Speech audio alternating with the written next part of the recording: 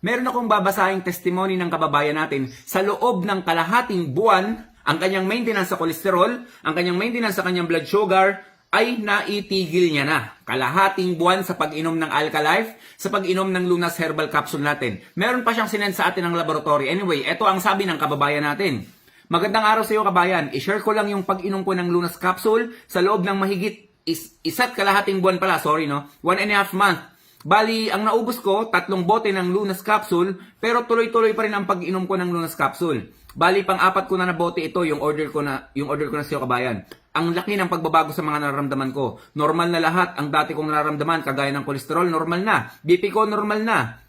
Blood sugar ko, normal na. Prostate, normal na. At lalo yung pagdumi ko, 2 to 3 times a day na ako nagsi-CR. Kaya maraming salamat sa produkto mo kabayan. Inaalok ko na rin sa mga ibang tao na may mga karamdaman para makatulong din ako sa pamamagitan ng patotoo. Maraming salamat sa Diyos at binigyan kayo ng talento tungkol sa herbal na gamot. So ito nga, ang sabi niya pa is, hindi na raw siya nainom ng maintenance.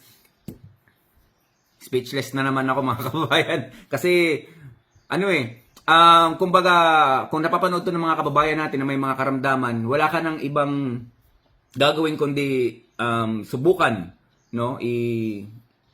Ipagkatiwala nyo mga kababayan kasi hindi na basta-basta yung mga testimony natin. Ito yung kanyang laboratory result. Tingnan nyo, puro negative na yung protein, yung sugar, so okay na, naging normal na talaga. Normal na lahat ng mga test niya. So 54 years, 50. Ilang taon na si kabayan? Wala, hindi natin makita eh.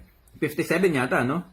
So, yun ang resulta ng kanyang laboratory. Hindi nagsisinungaling ang laboratory, mga kababayan. So, ito yung resulta. At hindi rin nagsisinungaling ang mga kababayan natin na nagbibigay ng testimony rito sa atin. Kagaya ng sinabi niya na tumutulong na rin ako ibahagi ang inyong produkto sa pamamagitan ng pagpapatotoo ko yung mga testimony niya para sa mga kababayan natin. Walang hinihinging kapalit si kabayan. Talagang gusto niya lang din ma-share kung gaano kaganda yung produkto natin. So thank you so much sa inyo mga kababayan. No? Talagang hangad namin dito sa Pinoy Farmer Channel na ma-extend pa ang ating buhay. No? Maging healthy pa tayo. Maibsan yung paghihirap natin dito sa karamdaman natin. At makatipid tayo sa mga, syempre, sa mga binibili natin na mga synthetic. At maiwasan natin ang ating mga komplikasyon na pwedeng mangyari sa atin. Yun lang mga kababayan, stay healthy. Ako si Chance at ako ang magsasakang gala.